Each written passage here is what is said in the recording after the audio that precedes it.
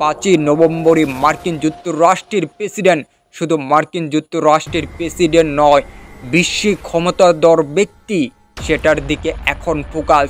কারণ সেই ক্ষমতাধর ব্যক্তি আসবে, সেই বিশ্বকে নিয়ন্ত্রণ করবে এবং সেটাই কিন্তু হচ্ছে। মার্কিন যুক্তরাষ্ট্রের ইতিহাস কি গড়তে পারবে? কমলা হ্যারিস যদি ইতিহাস গড়তে পারে তাহলে কিন্তু বিশ্ব একটা অস্থিরতা করবে।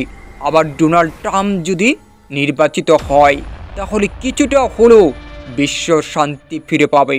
বিশেষ করে ইউক্রেন রাশিয়ার যুদ্ধ ইতি টানবে, মধ্যপ্রাচ্যের শান্তি প্রতিষ্ঠা হবে এবং এই যে মুসলিম এবং কমলা হ্যারিস যদি নির্বাচিত হয় প্রেসিডেন্ট, তাহলে এই মুসলিমদের পক্ষে কিছুটা হলেও ভালো হবে। তবে কে হতে যাচ্ছে 5ই নভেম্বরে প্রেসিডেন্ট, সেটার দেখার এখন অপেক্ষায়। এখন পর্যন্ত কিন্তু মার্কিন যুক্তরাষ্ট্রের প্রেসিডেন্ট হিসাবে এগিয়ে আছে ডোনাল্ড ট্রাম্প।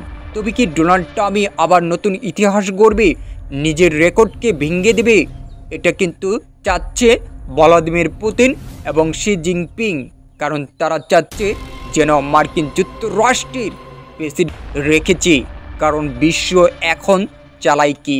বিশ্ব কিন্তু চালায় এই মার্কিন যুক্তরাষ্ট্র।